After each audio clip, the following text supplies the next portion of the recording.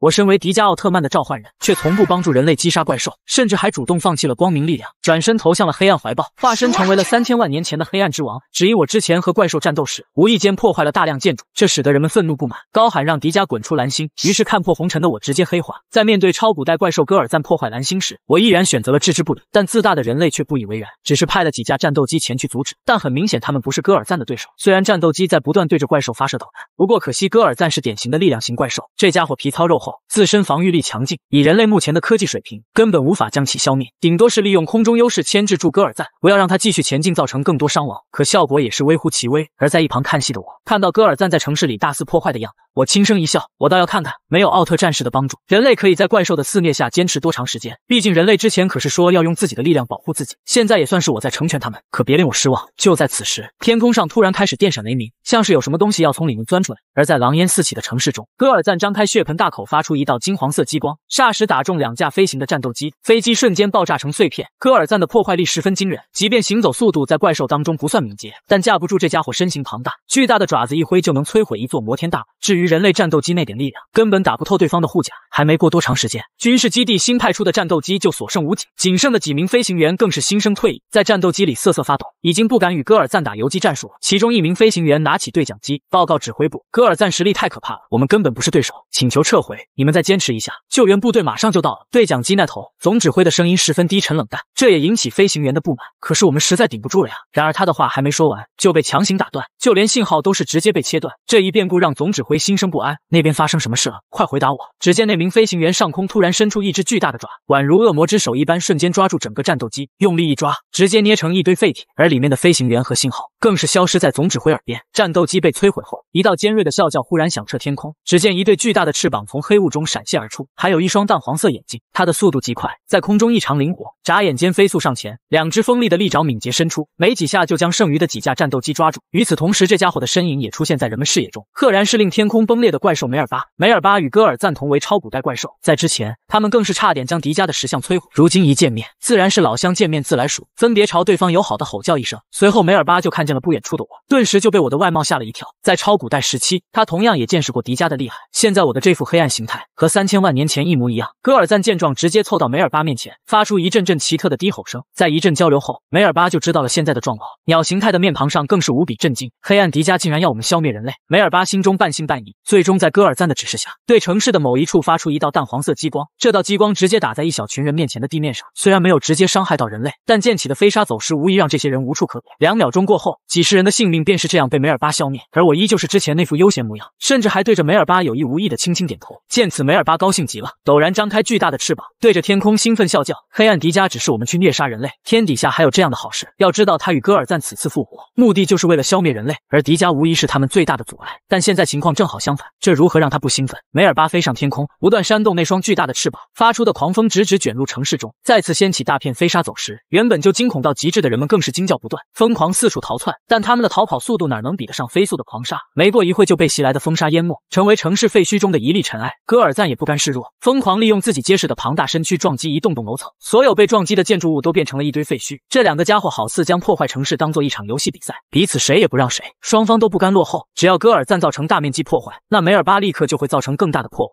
为此，军事基地的总指挥立即下令派出更多战斗机，集中火力对付戈尔赞与梅尔巴。但可惜梅尔巴是典型的空中怪兽，具有很大的空中优势，这样一来，那些战斗机在他眼中就犹如刚学会飞翔的小鸟一样。至于那些地面上的攻击，更是无用，刚刚派出来就被戈尔赞以压倒性的优势瞬间踩爆，巨大的尾巴一扫，那些人类引以为傲的陆地武器就尽数爆炸。在2头超古代怪兽几乎压倒性的肆虐下，即便是城市中幸存的人类也感到异常绝望。为此，城市中存活的人们内心充满绝望。完了，现在梅尔巴也来了，我们人类真要完蛋了。军队不是说我们要相信自己的力量吗？为什么现在还看不到？迪迦奥特曼走了，现在只剩下黑暗迪迦。冥冥之中，一个孩子的话引起了周围人的注意。只可惜听到黑暗迪迦这个名字，这些人类不仅没有认识到自己的过错，反而还在不断诋毁前者。你这孩子怎么还想着那个灾星？是着魔了吗？每次怪兽都会和迪迦同时出现，我看就是因为他怪兽才会到这里来的。他们的讽刺话还没说完，戈尔赞与梅尔巴就如约而至，疯狂对下方的人类吐出道道激光。他们很清楚，此次来蓝星的目的就是要消灭人类，而且我希望他们做的也是这样。因此破坏并不是他们的目的，杀戮才是。没一会，一片人口密集的硕大城市就完全被践踏成废墟。在完全破坏一座城市后，这两个家伙可不会停下脚步，继续朝前方快速移动，寻找下一个目标。望着那两道巨大身影渐行渐远，我嘴角勾起一丝冷笑。一切都如我所料，一旦人类失去了奥特战士的帮助，面对强大的怪兽连逃跑的机会都没有。但就是这样，这些人类还敢来污蔑他们的救世主，真是十分讽刺。就在这时，我眼中忽然闪过一道白光，随即我看向天空中某一处光点，见状我露出一丝意味深长的笑容。终于来了吗？只见一团奇异的白色光球猛然在黑雾中从天而降，在地面上爆裂开来，散发大片白雾。一道巨大人影缓缓浮现，那正是前来支援的法王艾斯。刚一见面，他就厉声质问：迪迦，你知道自己在干什么吗？此刻艾斯见城市已经完全被两头怪兽摧毁，直接原地怒吼一声：混蛋，竟然破坏成这个样子！随后伸出双手猛然飞向前方，与此同时他将自身能量汇聚在双手上，凝聚两团强力的能量束缚圈，飞速朝两头怪兽飞去。现在当务之急是要先阻止这两头庞然大物的破坏。戈尔赞与梅尔巴意识到前者的存在，也顿时停下前进脚步。对方身上所散发的光明气息让他们十分厌恶，不用谁说，他们便知晓面前这家伙是自己的敌人，各自张开嘴巴和四肢准备战斗。但艾斯到底是身经百战的老战士，自身战斗经验十分丰富，更是有着昭和法王的称号，根本不是一般奥特战士可以比。发出的能量束缚圈第一时间就将戈尔赞与梅尔巴困住，令他们动弹不得，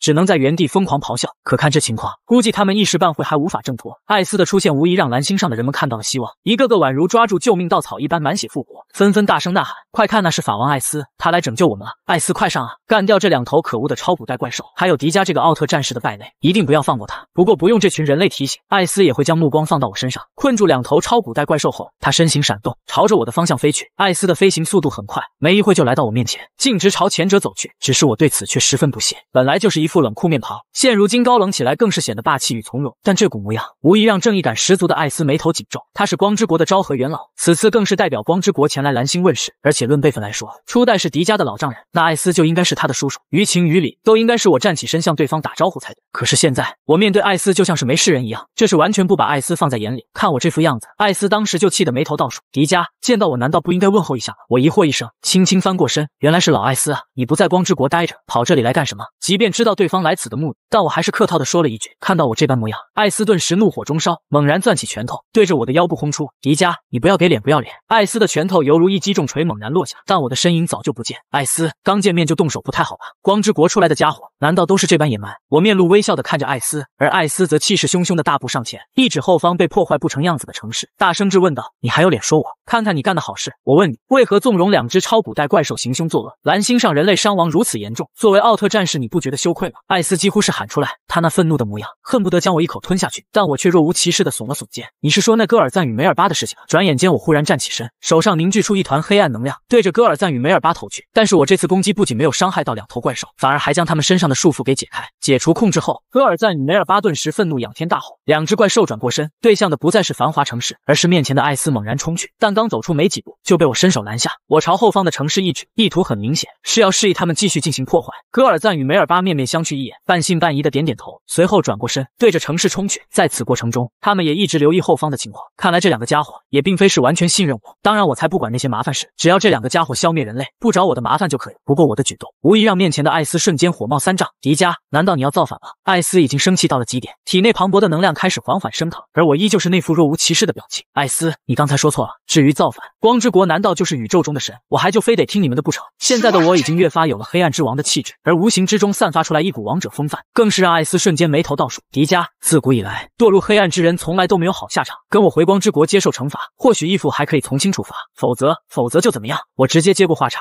一脸嘲讽之意的看向艾斯。别说艾斯，就算是初代我都觉得烦，因此现在对方拿光之国那一套来压我，我只会露出更加鄙视的目光。谁说黑暗就是邪恶？又是谁说光明就是善良？这群人类现在心中已经失去了光，这样一个种族还有什么守护的必要？我身躯一震，散发出的强大黑暗气息让艾斯脸上一变，脚步竟是朝后退了2步，不过他气势依然不减，直直瞪着我。很好，看来你已经完全堕入黑暗了，不知你有没有想过，如果初代哥哥看到你现在这个样子，他该有多伤心？别拿初代来说我，现在我和他也没有任何关系，我就是想要人类在这颗星球上永远消失，你能奈我何？还有，我原本就生于黑暗，现在不过是恢复了原来的样子而已，何来堕落之说？随即我眼眸一凝，手掌忽然汇聚出来一团黑暗能量，陡然射向艾斯。艾斯没有预料到我竟然真的敢主动跟他动手，本能的伸出双手，在面前凝聚出来一道能量防御，黑暗能量打在能量防御上，强大的冲击力让艾斯迅速后退，他用尽全力才在山区后方稳住身形。好小子，变成黑暗形态后实力果然比以前增强很多，怪不得敢如此嚣张。艾斯将能量防御撤回，双腿猛然一踏地面，以超快的飞行速度飞向我。迪迦，黑暗的力量或许会让你在短时间内急速增强，但副作用肯定也相当大，你持续不了多久的。光明势必要斩断一切黑暗。面对艾斯的正面攻击，我在原地纹丝不动。我现在拥有的黑暗力量，别说艾斯，就算是奥特之父到来也拿我没办法。光之国的老顽固，思想总是那么腐朽陈旧。我伸出手掌，在面前释放一道黑暗防御。军事基地中，总指挥看着大屏幕上迪迦与艾斯的对战情景，那张狡猾的老脸上却满是凝重，眉宇之间更是有一种不可察觉的恼怒。看来对于艾斯的到来，他并不是很欢迎啊。艾斯，看来是光之国已经知道这件事情，消息还真够灵通。这时，旁边一名少将忽然将对讲机递给他，报告总指挥，飞行总部的司令官要求与您对话。他一点头，将对讲机拿过来，声音却是不自觉的缩小，缓缓走出指挥部大门。老战友，事情进展的如何了？对讲机那边传来低沉的声音，一切已准备就绪，我正要给你发消息出动呢。但是这个时候，艾斯这个衰仔却来了。是啊，他的出现保不齐会耽误我们的计划。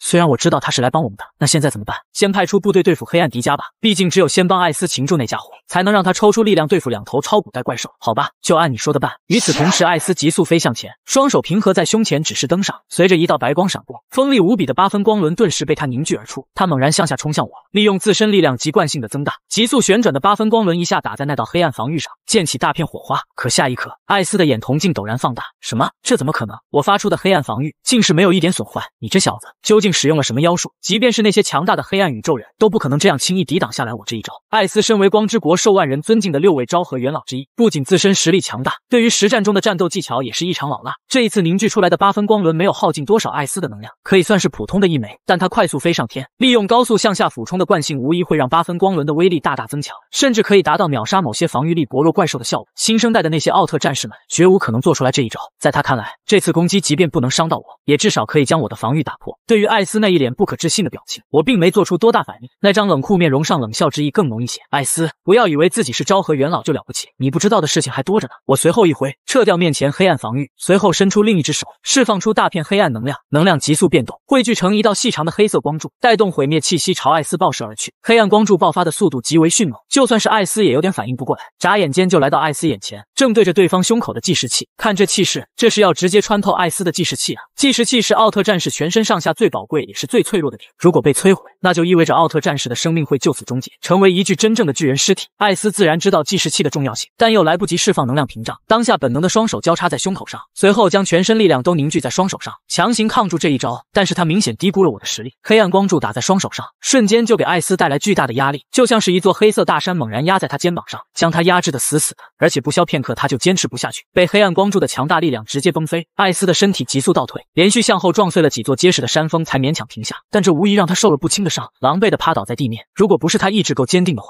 恐怕半天都爬不起来。艾斯勉强站稳身形，感受到前者体内那股无与伦比的庞大力量，苍老脸庞上满都是凝重和警惕之色。之前他一直以为对方作为一个后辈，战斗力虽然很强，但还不至于到强到离谱的状态。而经过之前简单的惊险较量，让他这个一向心高气傲的法王不得不重视起来。此子获得黑暗能量后，自身力量就暴涨得如此恐怖，如若放任成长下去，用不了多久恐怕就会成为贝利亚那样的可怕人物，必须将其擒拿回光之国。艾斯向前一步，全身力量都凝聚在双手之上，随即交叉在胸口，呈现切割形猛然展开。随着一道闪电划出，一片巨大的白色能量刀刃被艾斯发出，垂直断头刀。此招式是艾斯的经典招式之一，同时也是他最常用的招式。死在他手下的怪兽和超兽，其中超过一半都是被这垂直断头刀直接砍成2半，威力自然没得说。想当初贝老黑都不敢轻易接下。不仅如此，在垂直断头刀发射出去后，不远处天际的黑暗中也出现道道飞行身影，又是之前那群战斗机。他们现在不管正在肆虐的2头怪兽，反过来帮艾斯对付迪迦。刚才接到上级命令，艾斯奥特曼是我们人类的朋友，他是来帮我们对付黑暗迪迦的。我们现在要帮助艾斯战胜黑暗迪迦，保护我们人类的未来。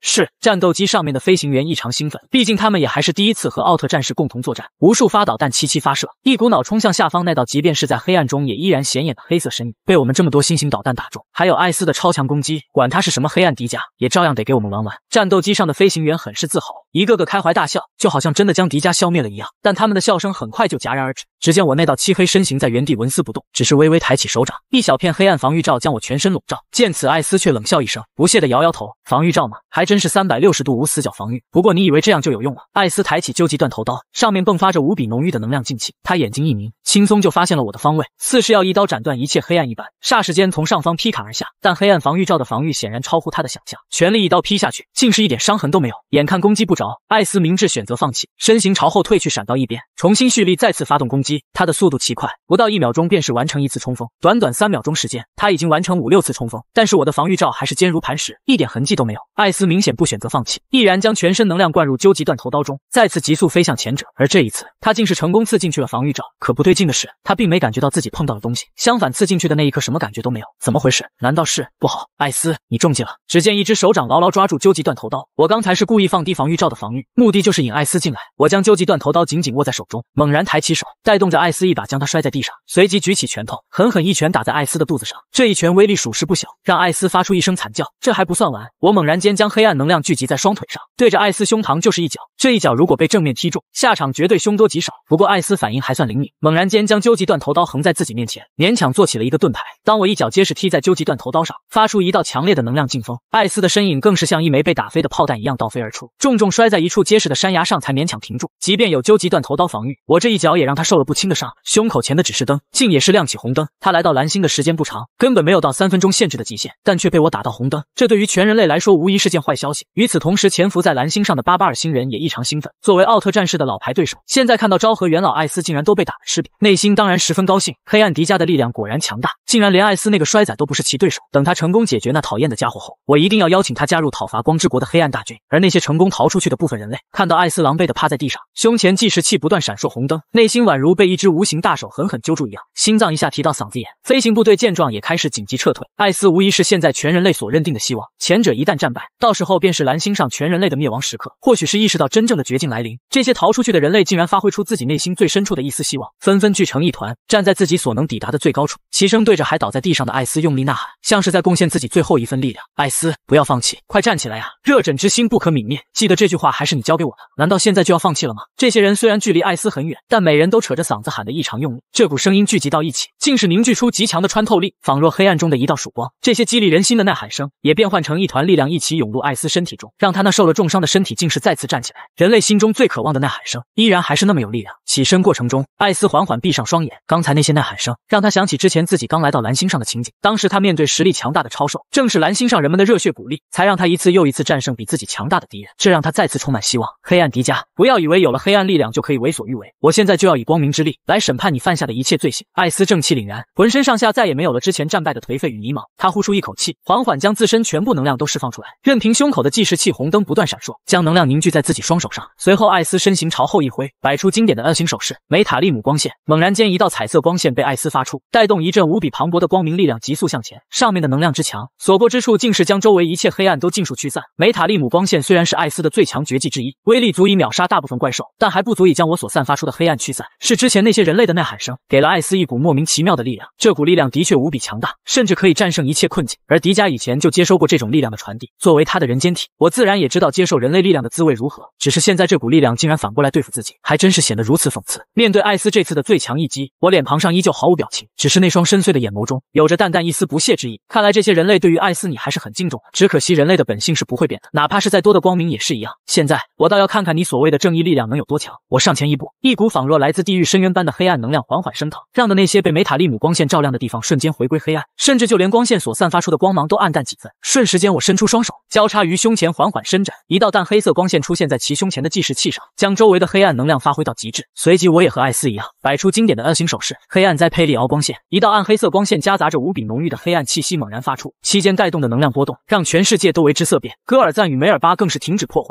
大眼瞪小眼地望着这一幕，他们怎么样都不会忘记这道经典的光线。栽佩利敖光线是迪迦复合形态的技能，威力和艾斯的梅塔利姆光线不相上下，但我变身为黑暗形态后，栽佩利敖光线自然也就成为了暗黑色，威力更是恐怖的成几倍上升。两道强大光线冲击的速度很快，眨眼间就碰到一起，顿时山区天崩地裂。不过很快，黑暗那部分力量就将光明力量吞噬，最终打在来不及躲闪的艾斯身上。之前艾斯就受了重伤，之所以能站起来，就是因为人们内心的鼓励。梅塔利姆光线的增强也是这个原因，但谁也没想到，即便是加强版的梅塔利姆光线，在我的黑暗栽佩利敖光线面前也是不堪一击，仅仅僵持了一下就被黑暗光线彻底吞噬。而刚才那一击已经用尽了他的全部能量，此刻的艾斯自然没有任何防御手段，就这样被我的黑暗栽佩利敖光线正面击中，强大的黑暗光线瞬瞬间就吞没了他的身体，将他冲击到万米开外。我这一击算是将蓝星上所有人的希望全部击碎，而倒在地上的艾斯浑身上下也看不出来一点生机。不过他并没有死亡，毕竟胸口前的计时器还在不断响着，计时器响的频率异常快速，红灯也越来越微弱。那些人类即便相信艾斯实力强劲，此刻也全都放弃了希望。他们心里很清楚，艾斯的生命马上就要终结了，就算奇迹出现，也无法解决当前的困境，只能一个个绝望的低下脑袋。完了，艾斯战败，我们人类彻底玩完了。现在这种局面，或许只有那秘密出兵的司令官心中还存在希望和野心。距离山区不远处的一片山谷上方，几架特制的军用直升机缓慢上前，这些是飞行总部的军用直升机，上面坐着的自然是之前和总指挥秘密对话的司令官。他利用夜视仪及雷达观察周围情况，判断出来两位巨人的方位，朝东南方向走。司令官沉声下命令，那双老眼犹如鹰眼一般锐利，极为老辣地指挥整个队伍的方向。这时他怀中的对讲机忽然响起来，呼叫飞行总部，我是基地总指挥，收到请回话。司令官眉头一皱，接过对讲机走向后方机箱，他正在执行重大任务，总指挥那边肯定也在看着他们，可却还是与他接通，估计没什么好事。果不其然，他才刚刚接通，对方就来了一句，马上悬空飞行，不许前进。虽然心中很疑惑不解，但司令官毕竟是战场老手，当下没有质问对方，而是根据对方的指示做，通知其他人立刻悬空飞行，停止前进。其他飞行员接收到命令，立刻将直升机悬停。司令官问向总指挥，老兄，到底发生什么事了？你知道这次任务对我们人类来说有多重要，可不要在这个时候出岔子。我当然知道任务的重要性，所以才要提前通知你。刚才黑暗迪迦与艾斯进行了一场惊天动地的大战，只可惜最后艾斯战败。我之前之所以让你出动，是因为之前艾斯正在牵制着黑暗迪迦，所以我们可以趁机钻空子偷袭他。但现在艾斯都战败了，而黑暗迪迦还是像原来一样完好无损，你觉得你还有机会进行偷袭吗？可恶，那我们现在该怎么办？难道就这样打退堂鼓？黑暗迪迦的力量那么强，这么短时间内就可以将艾斯击败，现在他就在我不远处，可真是让人眼馋。司令官咬了咬牙，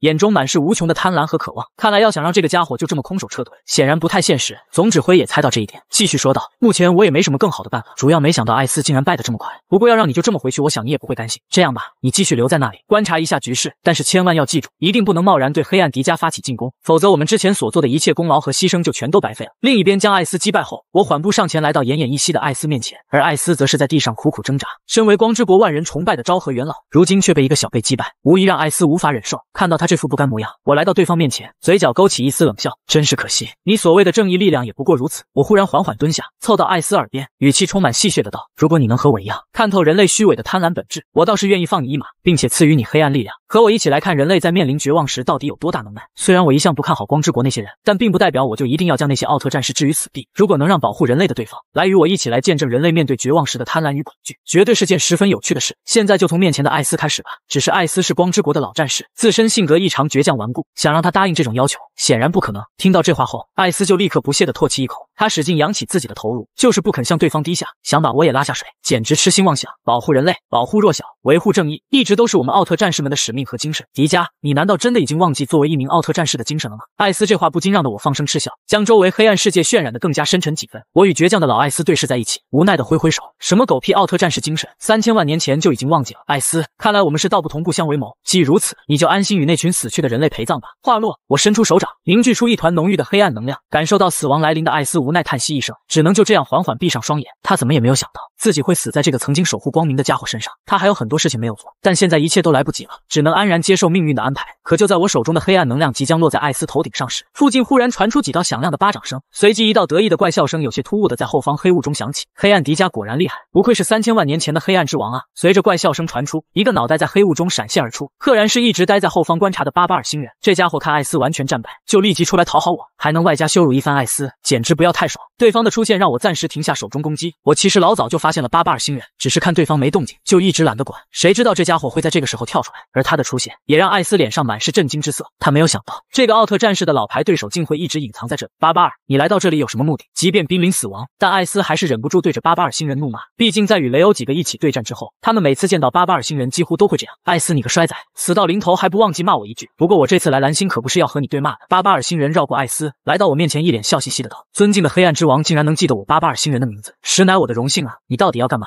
面对巴巴尔星人的溜须拍马，我面无表情，有些不耐烦的直指主题。像大人实力这么强大的黑暗强者，想必也非常痛恨光之国那些家伙吧。我主安培拉星人大人正在极力召集宇宙中的黑暗强者。黑暗迪迦大人，你实力强劲，当然是我主想要召集的对象，所以我此次前来就是想……他的话还没说完，那双猩红的眼瞳便陡然一缩，只见我手中原本想了结艾斯的黑暗能量，竟然指向了他。这点巴巴尔星人怎么也没想到。他就在我面前，黑暗能量发射的速度又极其快速，一眨眼就打在他身上，只是一下就将巴巴尔星人轰成虚无。突然发生的这一刻令所有人都意想不到，就连倒在地上的艾斯都是瞪大眼睛，一脸的不可置信，这究竟是怎么回事？想提前看末日神光的宝子们，可点击左下角下载舒淇小说，然后搜索末日神光，出来的第一个就是